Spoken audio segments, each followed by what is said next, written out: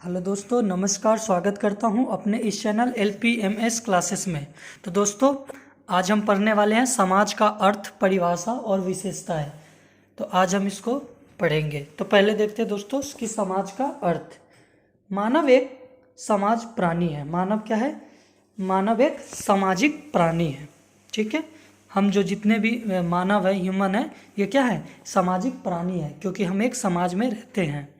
समाज व सामाजिक जीवन मानव का स्वभाव है। देखिए, एक समाज और सामाजिक जीवन क्या है? मानव का स्वभाव है। किस लिए? क्योंकि समाज में ही रहकर हम सब चीज़ सीखते हैं। ठीक है, इसका प्रकार समाज मानव के साथ साथ चलता है और मानव ही समाज है।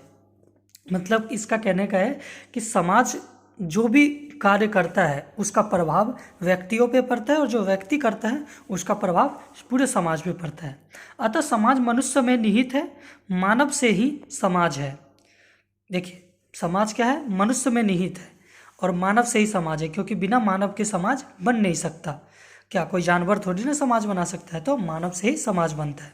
अपनी आवश्यकताओं को लेकर मनुष्य ने समाज को कई बाहर से नहीं बुलाया है, कहीं बाहर से नहीं बुलाया है।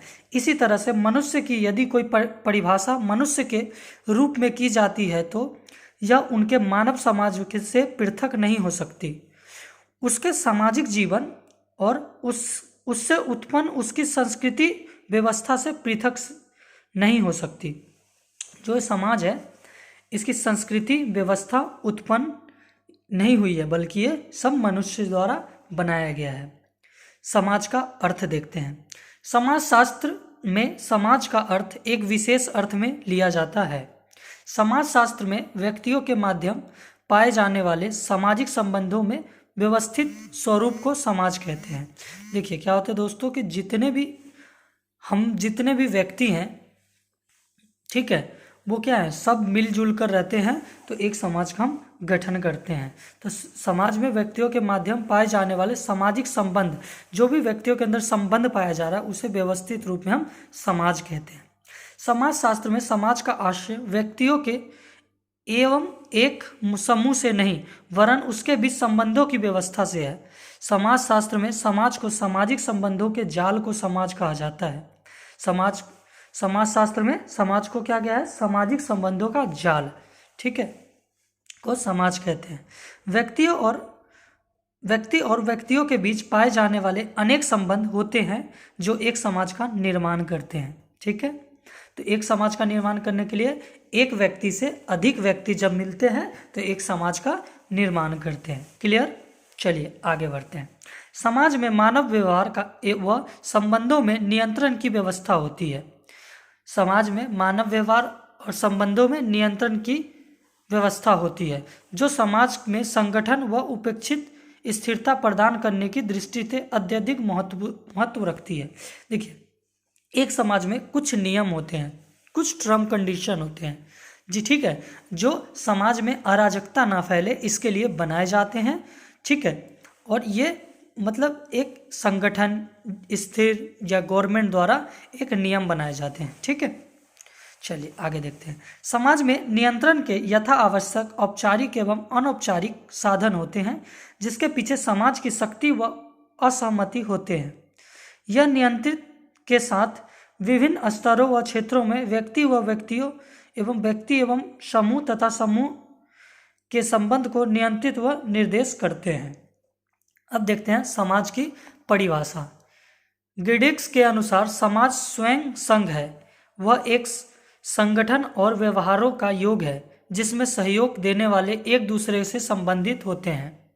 मैकाइवर व पेज के अनुसार समाज चलने व प्रणालियों की सत्ता व पारस्परिक सहयोग की अनेक समूहों व भागों की मानव व्यवहार के नियंत्रणों और स्वाधीनताओं की एक व्यवस्था है। हैनक्रिंस के अनुसार हम अपने अभिप्राय के लिए समाज की परिभाषा इस प्रकार कर सकते हैं कि वह पुरुषों, स्त्रियों तथा बालकों का कोई अस्थायी अथवा अविराम समूह, जो कि अपने सांस्कृतिक स्तर पर स्वतंत्र रूप से प्रजाति की उत्पन्न एवं उसके शोषण की प्रक्रिया का प्रबंध करने में सक्षम होते हैं। राइट के अनुसार यह व्यक्तियों का एक समूह नहीं है, अपितु विभिन्न समूहों के व्यक्तियों के बीच संबंध की व्यवस्था है। ठीक है, अब आगे देखते हैं समाज की विशेषताएं क्या क्या है। समाज अमूर्त होती है। समाज व्यक्तियों का समूह नहीं है। समाज व्यक्तियों का समूह नहीं है, यह अपितु यह मानवीय अतः संबंधों की एक जटिल व्यवस्था है। मानवीय अंतः संबंधों को न तो देखा जा सकता है और न ही इसे स्पर्श किया जा सकता है। अमूर्त का अर्थ है जिसे देखा ना जा सके और न स्पर्श किया जा सके। समाज को कोई वस्तु नहीं जिसका हम हमारी ज्ञान इंद्रियों के माध्यम से देखकर, सूंघकर, चखकर अथवा स्पर्श कर प्रत्यक्ष ज्ञान प्राप्त कर सके। इस प्रकार समाज मूर्त नहीं अमूर्त है। 2 में पारस्परिक निर्भरता। समाज का एक प्रमुख विशेषता पारस्परिक निर्भरता है। मनुष्य एक सामाजिक प्राणी है। वह अपनी आवश्यकताओं की पूर्ति अकेले नहीं कर सकता, उसे अपनी आवश्यकताओं की पूर्ति के लिए दूसरों पर आश्रित रहना पड़ता है। इस पारस्परिक निर्भरता के कारण ही समाज के सदस्य सामाजिक संबंधों का निर्माण करते हैं। 3 वे समाज संबंधों की व्यवस्था है। समाज सामाजिक संबंधों का जाल है जो सामाजिक संबंधों के ताने बाने से बना होता है। समाज कोई अखंड वस्तु नहीं है, यह विभिन्न खंडों व उपखंडों से बना है जिनमें एक व्यवस्था होती है। यह संबंधों का मात्र एक संकलन नहीं है वरन एक जटिल व्यवस्था है। संबंधों का क्रम विन्यास समाज की संरचना को व्यक्त करता है। समाज के विभिन्न भागों में परस्पर संबंध व निर्भरता होती है। 4 में विभिन्नता के 2 रूप। समाज में भिन्नता के 2 रूप पाई जाती है। पहला में समानता। समाज के निर्माण के लिए समानता एक आवश्यक तत्व है।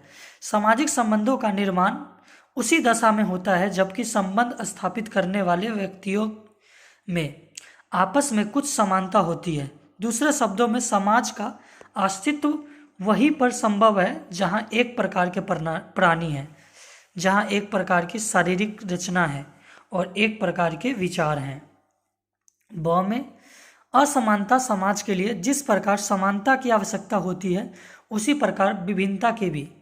विभिन्नता से अभिप्राय है रुचियों, कार्यों तथा योग्यताओं में विभिन्नता।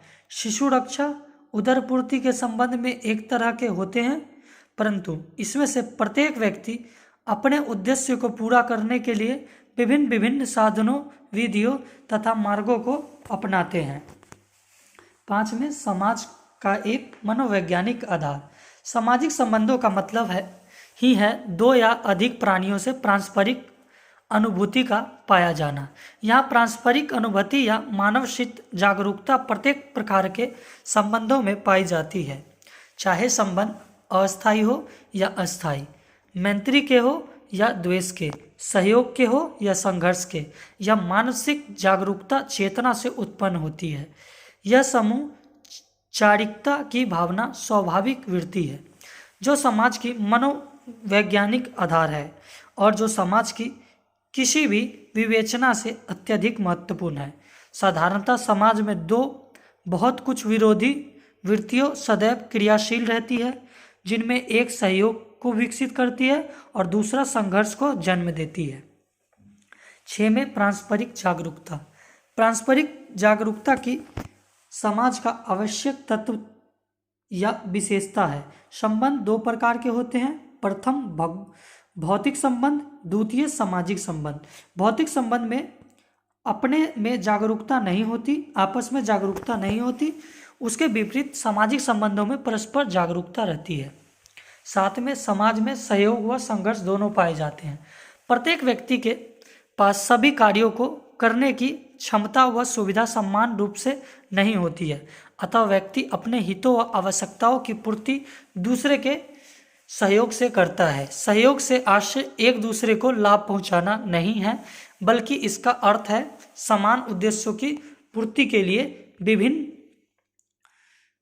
व्यक्तियों के प्रयत्नों से संगठन सहयोग संबंधों की स्थापना में महत्वपूर्ण है।